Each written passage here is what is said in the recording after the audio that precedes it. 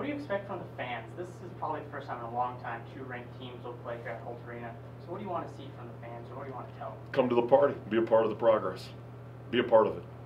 Don't come as a fan. Come as a participant. Come and enjoy yourself, but participate. Get into it. I don't want to look up in our stands and see our people sitting down on third down. Let's go. You mentioned Portland State and the success they had last year defensively. So what makes them good, and is there something about the way they play you that makes it difficult? I don't think it's the way they play us. I think it's the way they play everybody. They're fundamentally very sound.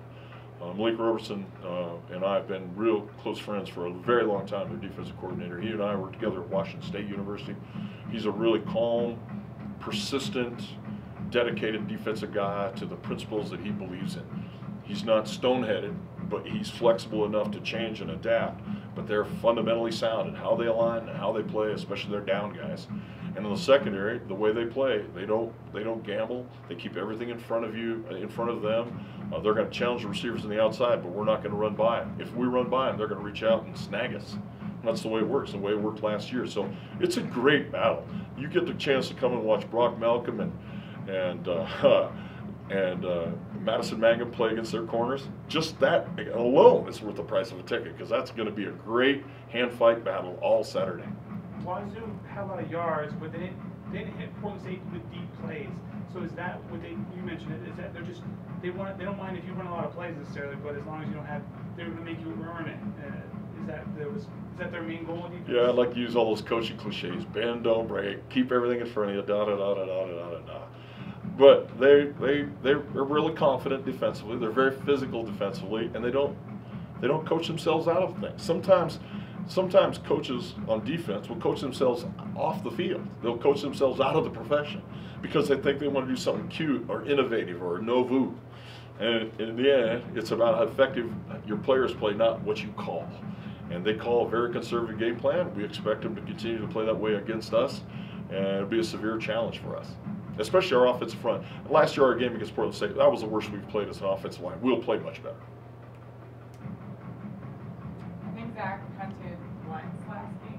Is he your punter? It was pretty cool. He caught the snap.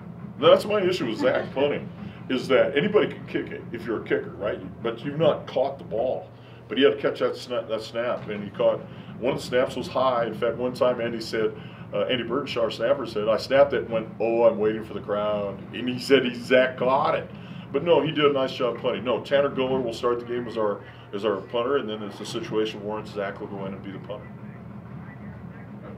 Taking a minute to just look at the program in a big level, not even this weekend's game, but so you're ranked, you've got all these kind of different uniforms, there's energy around the program, and you brought the orange helmet today. You mentioned before that the process has probably taken longer than you wanted, I think because of the defensive adjustments you've had to make along the way. No, because of APR.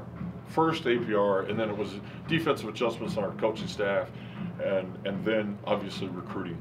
We're still behind in recruiting, especially on defense. This is why we have so many young guys, freshmen in our two deep in our D-line. We're not. You look at our program top to bottom. Are we can we be a nationally top 4 or 5 team? Certainly not with the depth we have on our defensive line. Not yet. And those guys might be good players, but that's too many freshmen. And I'm a freshman who started 9 games as a true defensive lineman in the Big Sky Conference a long time ago. By the time you get to November, it's a true freshman defensive line. If you're playing a lot, you are like, what in the world is happening to my life?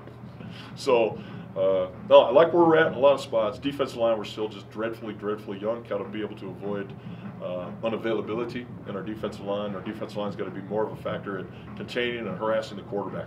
The onus of the game simply comes down to how well does our quarterback play and how well does our D-line play against their rush, and how fast can we pressure their quarterback. That's it. Everything else is an accoutrement. Goes with it. You mentioned APR, so overcoming those challenges, was it more difficult than you anticipated? Oh, yeah. It was not harder. It was just going to take longer, because with APR you couldn't just come in and flush. You had to eat.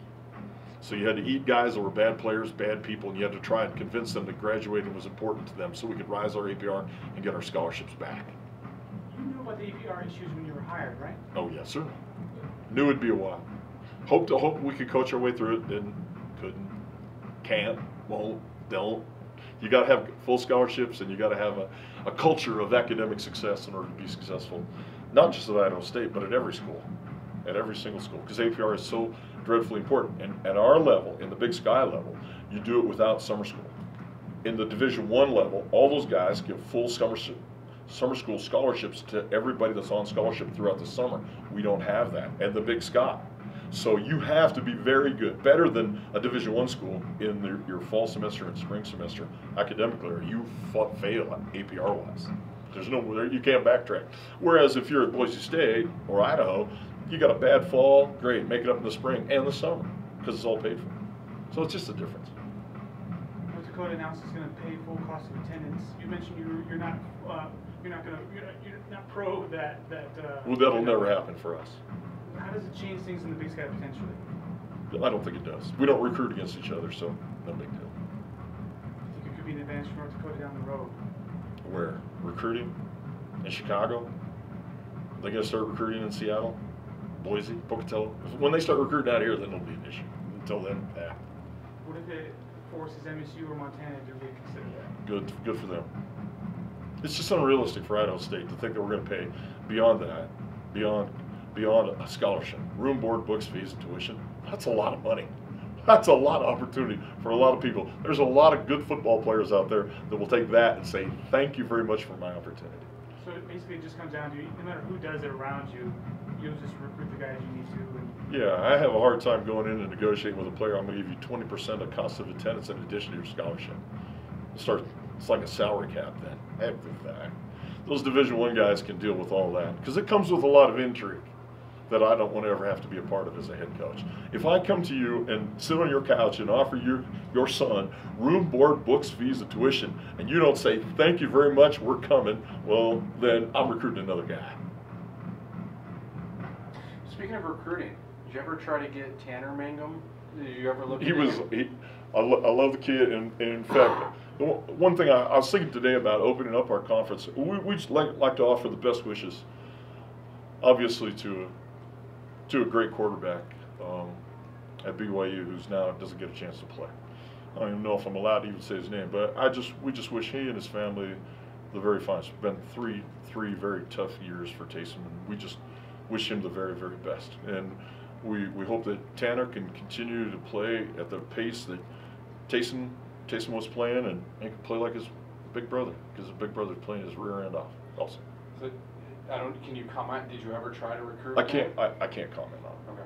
Were you surprised by the media attention this touchdown grab got this week? No. And you guys asked me after the game, was I surprised I catch? No, see one every day. Seriously, you're like going, Kramer, now wait a minute. When have you seen a catch like that? Wednesday. In fact, go back to last year's game. Madison had a catch down the left sideline just like that. Only caught it with his left hand instead of his right hand. I mean, he caught the point of the ball, he curled the ball, went down, the corner was right on top of him. It was maybe the catalyst to a great game for us. We're not astounded by it. And it's not really an expectation because we'd rather have him catch the ball with two hands. Literally. We don't really want to see that. But when he does it, it's like, okay, what do you do? Give it back? So he's a good football player. Madison's a good football player. He's competitive. He got a little exhausted yesterday in practice. In fact, on one play yesterday in practice, the ball got snapped and he just bent over because he's working so hard. And that's good. That's good to see. I thought we had an excellent day as a team yesterday in practice. We were extremely intense in terms of our performance, and we'll play better than Saturday because we had such a good Tuesday practice. Do you think Madison is going to feed off the energy that his family is now feeling? No, I don't think that has anything to do with Madison. Madison feeds off of himself, his own confidence. Remember, Madison's the guy that walked into our office and said, Coach Kramer, I'd like to play for you. He did it. Not his mom, not his dad, not his brother, not his high school coach. He did it by himself.